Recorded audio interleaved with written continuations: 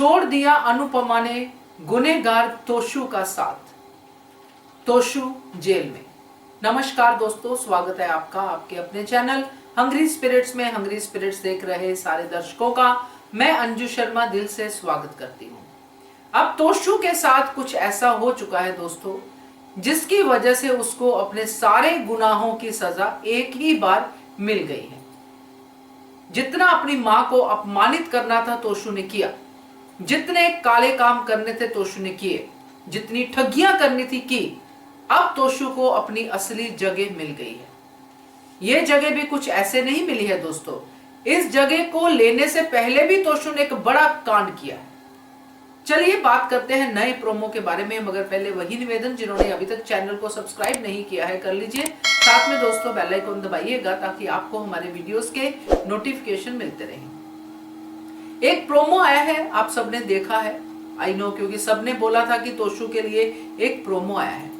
मगर मैंने जब ये प्रोमो देखा तो एक ही बात दिमाग में आई दोस्तों, कि ये तोशु को अब कर्मा मिले हैं अपने वापस। तोशु बिल्कुल नहीं सुधरा। तोशु को अनुपमा ने दही शक्कर खिला के काम पे भेजा, एक अच्छी सीख दे के काम पे भेजा, मगर तोशु नहीं सुधरा। तोशु ने ना सिर्फ चोरी की, बल्कि चोरी का इल्जाम अपनी मां पे डालने की कोशिश की। गुनाह पे गुनाह, गुनाह पे गुनाह। तो ऐसे बच्चों को माफी कैसे मिल सकती है? और अभी भी अगर अनुपमा तोशु को माफ करती तो फिर क्या ही मां रह जाती अनुपमा। और अनुपमा ऐसी मां है ही नहीं। मैंने पहले भी अपने वीडियोस में इस बात की एग्जांपल दी है कि पहले जब तोशु के लिए घर पे लोन लेने वाले आए थे बिजनेसमैन, तब भी अनुपमा ने अनुज को भी तोशु की गारंटी लेने नहीं दी थी।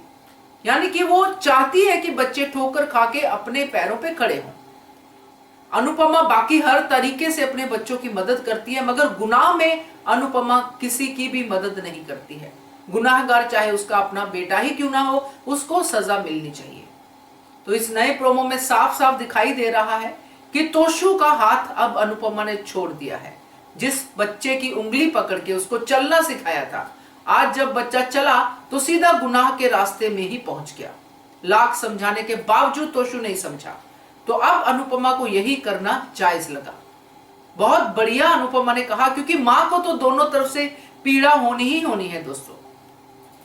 बच्चे को कुछ भी हो, मां को पीड़ा होती ही होती है, बच्चा चाहे कितना भी गलत क्यों ना करे। इसीलिए अनुपमा ने कहा कि तेरी सजा की पीड़ा मैं सह लूंगी, मगर गुनाह में तेरा साथ नहीं दूंगी। और बहुत बढ़िया, गुनाह तो किया ही किया, अपनी मां को जेल जाता देखना भी वो पसंद ही कर रहा था कि मैं बच गया। तो ऐसे बच्चों को कैसे सजा ना हो। तो बहुत ज्यादा ये जो है, अब तोशु आगे बढ़ गया था, अब उसको ये होना ही था इसके साथ, क्योंकि मैंने तो आपको पहले भी कहा था कि अब किंग साइज लाइफ जो है वो जेल में ही बिताने वाला है, और वो हो गया है। सवाल यहाँ पे ये उठता है दोस्तों कि अब केंजल क्या करेगी?